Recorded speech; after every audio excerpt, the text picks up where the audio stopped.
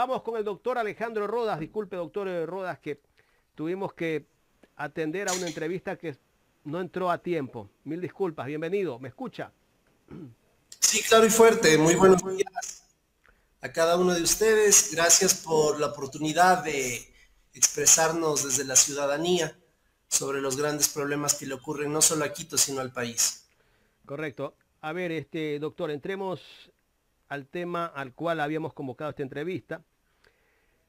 Esta semana la Contraloría, o no sé si la Contraloría, usted ya le notificó el supuesto archivo del proceso en contra del alcalde Santiago Guarderas por supuestas empresas offshore o que tenía vínculos en supuestas empresas offshore. ¿Hasta qué punto podemos considerar de que esto ya es oficial o todavía no hay nada oficial? Bueno, en derecho público, quienes entendemos un poco de las normas, todo acto administrativo debe ser notificado, motivado a través del acto administrativo correspondiente. Aquello quien habla no ha recibido y bueno, tenemos una Contraloría porque si algo debemos nosotros rescatar permanentemente es la historia, la memoria histórica. El señor Riofrío, designado desde una cárcel por un señor que está atravesando un proceso penal que quizás no hubiera podido ser visto por nosotros o conocido por los ecuatorianos si Estados Unidos no intervenía. Y por otro lado tenemos a un contralor ya en funciones, subrogante del subrogante del subrogante, que mediante un acto que jamás hemos visto quienes conocemos de las actividades, las atribuciones de la Contraloría General del Estado, se inventó un dictamen de archivo para perdonar al presidente aún en funciones, el señor Guillermo Lasso. Y ahora tenemos otra bofetada que de manera solapada le han protegido al señor Santiago Guarderas, hecho alcalde de Quito, no por voto popular, no por la deferencia del ciudadano quiteño, sino por un acto político a través de una sentencia hecha por la Corte Constitucional. En ese contexto, quien habla no ha sido notificado, quien habla no ha visto la motivación a través del acto administrativo para poder decir que en efecto hay una motivación por la cual el señor Guarderas se ha beneficiado de la Contraloría descrita en esta entrevista.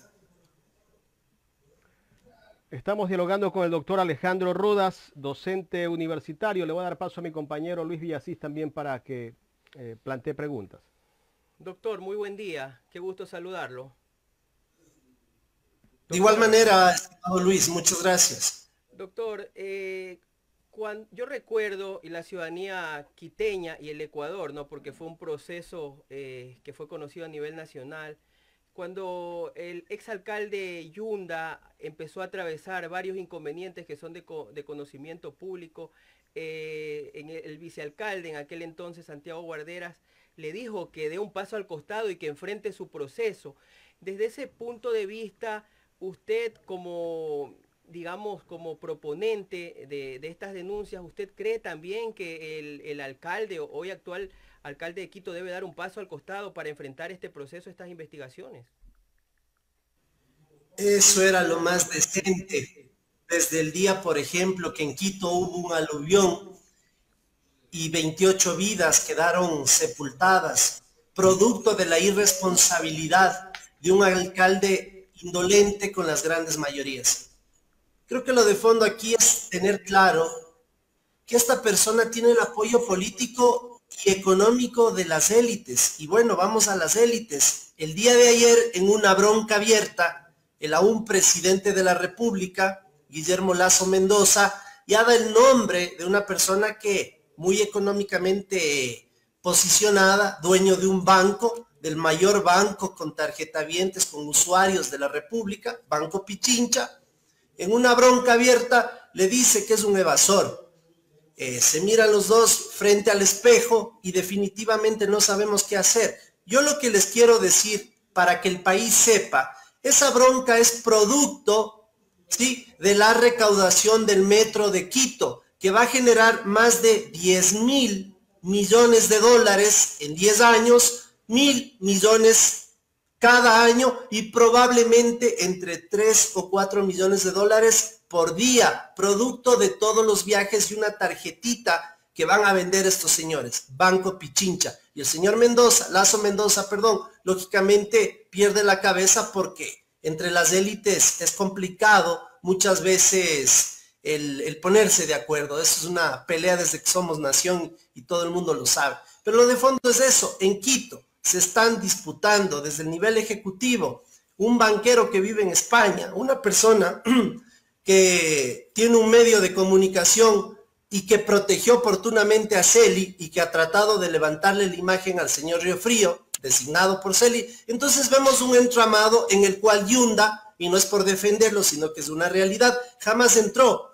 Por lo tanto, y como una conclusión, también es evidente de que la falta de pautaje es una realidad y claro, Guarderas está destinando recursos, hace no mucho destinó $500,000 para las franjas publicitarias, tomando en cuenta de que el municipio de Quito, cada empresa pública dispone de un departamento y un área de comunicación. Sin embargo, esa es la forma grosera de meternos a los quiteños y a los ecuatorianos, porque son dineros públicos, la mano en el bolsillo y pagar favores. Lo de fondo es eso. Entonces, creo que entre Yunda, entre el mismo exalcalde Rodas, entre el alcalde actual, producto de una sentencia política, hay una clara diferencia. No te protegen las élites políticas, no eres parte de la argolla, eres una persona cuyo matiz social, cultural no se adapta a esas élites y eso se lo debe decir abiertamente. Yo no le veo al señor Yunda que haya sido sancionado, insisto, no es una defensa a la persona, sino como ciudadano darnos cuenta y decirlo, que él, por ejemplo, haya sido encausado o esté procesado por temas de corrupción, por la remoción me refiero. Él fue removido por no haber hecho en pandemia un acto de transparencia, la rendición de cuentas, y por lo tanto fue la motivación para sacarlo del municipio. Aquí hay un cuento que se debe contar más adelante. Aquí hay 7 razones por las cuales, a mis palabras, se asaltaron la municipalidad de Quito. Cuando una persona toma las acciones que usted ha tomado en defensa, a decir de usted, de los ciudadanos de Quito, uno tiene que tener un respaldo, ¿no?, de organizaciones, de ciudadanos, de colectivos, de amigos también, ¿no?, de la academia. En este caso usted también viene de la academia. ¿Quiénes lo acompañan en esta travesía, en este enfrentamiento con un poder? Porque finalmente usted se enfrenta al alcalde de Quito. ¿Quiénes están con usted en este proceso? Bueno, gracias por la pregunta. La valoración a la cuestión en este momento es que nosotros, primero que nada, ya hemos hecho un trabajo sistemático por años atrás. Fue con Celi, organizamos un frente patriótico ciudadano de perjudicados por la Contraloría de Pablo Celi, no por la institucionalidad, pero por otro lado se han ido sumando organizaciones sociales de base, dirigentes de mercados, dirigentes del transporte, la academia penosamente, lo debo decir abiertamente, a propósito, un funcionario de la universidad en la cual yo me honro ser docente, quiere primero que nada mover las fichas en favor de este gobierno y lógicamente entramos en contradicción. ¿Qué quiero decir con eso? Que paradójicamente las autoridades de la universidad que yo me debo, no del rectorado, no de la persona del doctor Fernando Sempertegui, él es un caballero, sino de la Facultad de Jurisprudencia donde yo ejerzo docencia, el doctor Ramiro García Falconi, de manera grosera, quiere hacerse del decanato. ¿Pero por qué toco ese nombre? Porque es parte de un pastel que hoy gobierna, es parte de una argolla de la cual el gobierno del señor Guillermo Lazo, por ejemplo, ha buscado ya hacerse de las entidades públicas. ¿Y por qué toco esto? Porque es importante también saber que existen A o B personas que apoyan, pero paradójicamente, como se dice, en casa de herrero, cuchillo de palo. Eso me ha ocurrido en la universidad pública, pero paralelamente otros académicos, otros políticos, porque este es un acto también político, no partidista, sino político. He recibido el apoyo, por ejemplo, de 4 concejales que denunciaron ante el Contralor General del Estado nuevos elementos de los cuales yo inicié una denuncia, que el señor Santiago Guarderas Izquierdo pertenece a la firma jurídica hecha en Panamá hace ya más de 30 años, Quevedo y Ponce Incorporated, y además cuyo socio principal es Copapi Inmobiliaria, de las cuales, según Panama Data, que es lo que viene a ser Dato Seguro en el Ecuador, este señor hasta el día de ayer sigue siendo accionista. Por lo tanto, la falta de transparencia de las acciones administrativas de la Contraloría no solo generan las dudas que son lógicas y legítimas, sino la falta de credibilidad de un ente de control con todo el contexto que ya he señalado. Le hago la siguiente pregunta de una manera muy respetuosa. Su perfil es de docente, pero usted ha hecho también activismo social. De hecho, así lo han presentado en varios medios digitales donde usted ha dado entrevistas. Nos encontramos ya en un año que prácticamente se están desarrollando los perfiles y cuadros para las elecciones seccionales. ¿Alguna organización social, algún amigo le ha dicho o ve en usted tal vez esas cualidades para liderar un proceso en la ciudad capital? Por favor, lo escuchamos. Le agradezco mucho igual por esta pregunta. Propuestas hay. Se han acercado aquí a mi oficina partidos políticos, lógicamente de la tendencia. Mi tendencia es el progresismo. Mi tendencia posiblemente no se la puede explicar porque no hay un partido político que responda a ese interés. Yo soy un liberal humanista, pero desde luego, aquí lo fundamental es creer en actuar de manera responsable con políticas públicas que sepan satisfacer las necesidades elementales que no solo son en Quito, sino en el Ecuador entero. Por ejemplo, la salud, la educación, la seguridad ciudadana, la planificación en el arquetipo de una ciudad moderna, de una ciudad que progrese hacia ser la que acoja ya no solo a los hermanos vecinos de la región latinoamericana, sino del mundo entero. No estamos mirando con objetividad que hay una guerra en Europa y que, por ejemplo, puede haber una migración bastante fuerte de estos países hermanos. Creo que Quito y Ecuador debe prepararse para ese tipo de momentos, pero fundamentalmente atender la salud, la educación, la seguridad y fundamentalmente el trabajo, crear plazas de trabajo que definitivamente desde la visión que tenemos nosotros sí podemos hacerlo.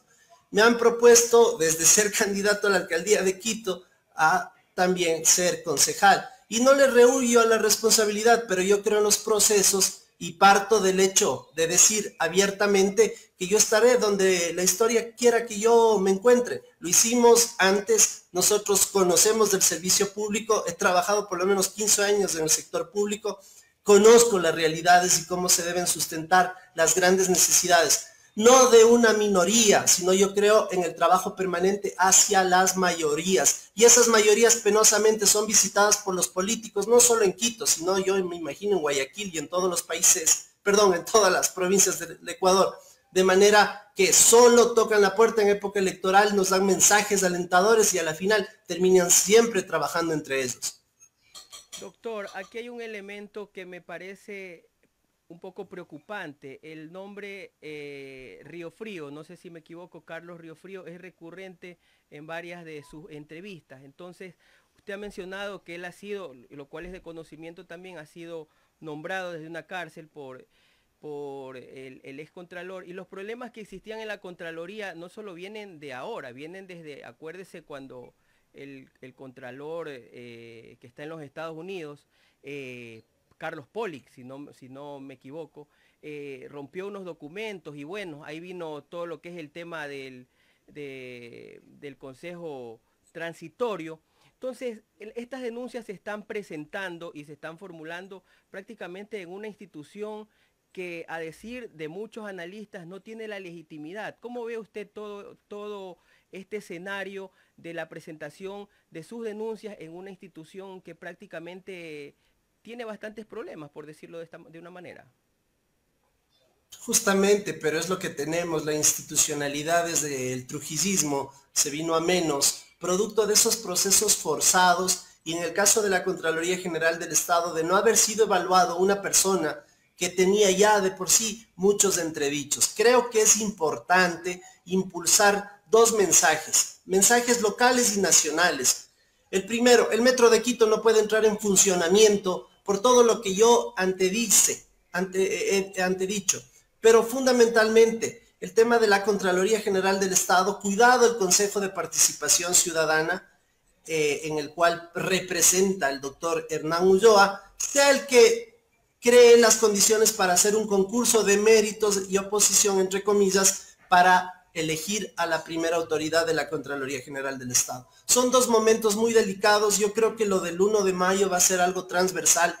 Me parece oportuno un poco criticar a la persona que señalaba antes de mi entrevista algunos elementos. Yo creo que la marcha del 1 de mayo no es correísta, es una marcha de los ciudadanos, es una marcha que la gente que se siente oprimida, que se siente metida el dinero en la mano al bolsillo, que se siente que no tiene condiciones para vivir de manera digna y sobre todo con un gobierno que ha olvidado todas las políticas públicas que son necesarias, crear condiciones a lo largo de un gobierno que no son nada vistas. Es importante decirlo así. No vengamos con el mensaje típico del MPD, hoy se enfrascada en la Unidad Popular, de decir que se vayan todos y que esto no funciona, cuando ellos fueron los que generaron el voto a favor de Lazo. Eso es importante decir, porque creo que en el Ecuador la gente debe tener memoria política, memoria histórica, y no nos vengan los garroteros que nos pegaban y nos obligaban a que seamos militantes de esta cofradía llamada MPD, nos quieran dar como que mensajes de moralina, ¿no? Por ahí. Hay también señores que están ahí en esas autodenominadas comisiones anticorrupción, que también son lo mismo. Una cofradía que a lo largo de cada 1 de mayo se creen titulares de aquello. Eso no va a pasar. Hoy es una marcha ciudadana a todo nivel y en el Ecuador entero. Eso me parecía también importante señalar. Doctor, me gustaría tocar el tema sobre la crisis que existe dentro del gobierno en cuanto a los ministros. Se le han ido en menos de una semana, un poco más de una semana, 4 ministros al presidente de la República. ¿Qué criterio, qué lectura tiene usted sobre lo que está pasando en el gobierno? Y aparte también me gustaría que nos dé una lectura sobre la pelea que hay entre el presidente de la República, que ayer le dijo a Fidel que no pague impuestos, y esa prácticamente especie de campaña que ha empezado contra el presidente de la República desde el canal de Fidel Egas. Es evidente que hay una pelea, posiblemente pasamos por alto lo que yo señalé. Debe ser una de las tantas razones, pero para mí, desde la óptica económica, es una de las fundamentales, la recaudación del Metro de Quito, que va a generar en 10 años 10.000 millones de dólares, y posiblemente ese es el punto más álgido en los cuales Lazo y el señor Egas tienen un encontrón, una pelea. Ahora, ha habido dentro de la lógica de este gobierno recambios. Venimos de un arreglo, acomodo social cristiano con el partido de gobierno, pero cuyos accionantes, cuyas autoridades a través del gobierno, ministros, autoridades en las distintas embajadas y demás, responden a los intereses de la tradicional democracia cristiana liderada por el señor Osvaldo Hurtado, que por azares de la vida fue presidente de la República. Por lo tanto, hay que tener conciencia de que ese recambio ya viene cada vez haciéndose un poco más punitivo desde la élite, desde la cúspide hacia la sociedad, y vamos viendo que también exfuncionarios del señor Moreno ahora se han hecho de carteras de Estado muy sensibles, como es el caso del ministro de Defensa, como es el caso del propio ministro de Gobierno, que supuestamente le dicen que es correísta, pero yo no le veo nada de aquello. En todo caso, esa recomposición lógicamente responde a la crisis que es evidente que tiene el gobierno nacional, y creo que el día de ayer ha firmado su carta de terapia intensiva, por decirlo menos, en esa bronca abierta que ha enfrentado desde el día de ayer el presidente Lazo contra el señor Egas, que paradójicamente una persona que ni siquiera vive en el Ecuador tiene tanto poder político, porque es político el poder que él tiene, y desde luego tiene esos vasallos corifeos que son los medios de comunicación, muy en especial el canal Teleamazonas. Quiero agradecerle por haber aceptado este diálogo aquí en Ecuador en directo. Muchísimas gracias. Muchas gracias a usted, Jaime, a todos los amigos que nos han escuchado. Muchas gracias por darse un tiempito para escucharme. Muchas gracias. Gracias al doctor Alejandro Rodas, docente universitario aquí en el programa los especialistas de Ecuador en directo. Ahí estaba el punto de vista de alguien que está desde la academia, ¿no? Y es importante tener esas voces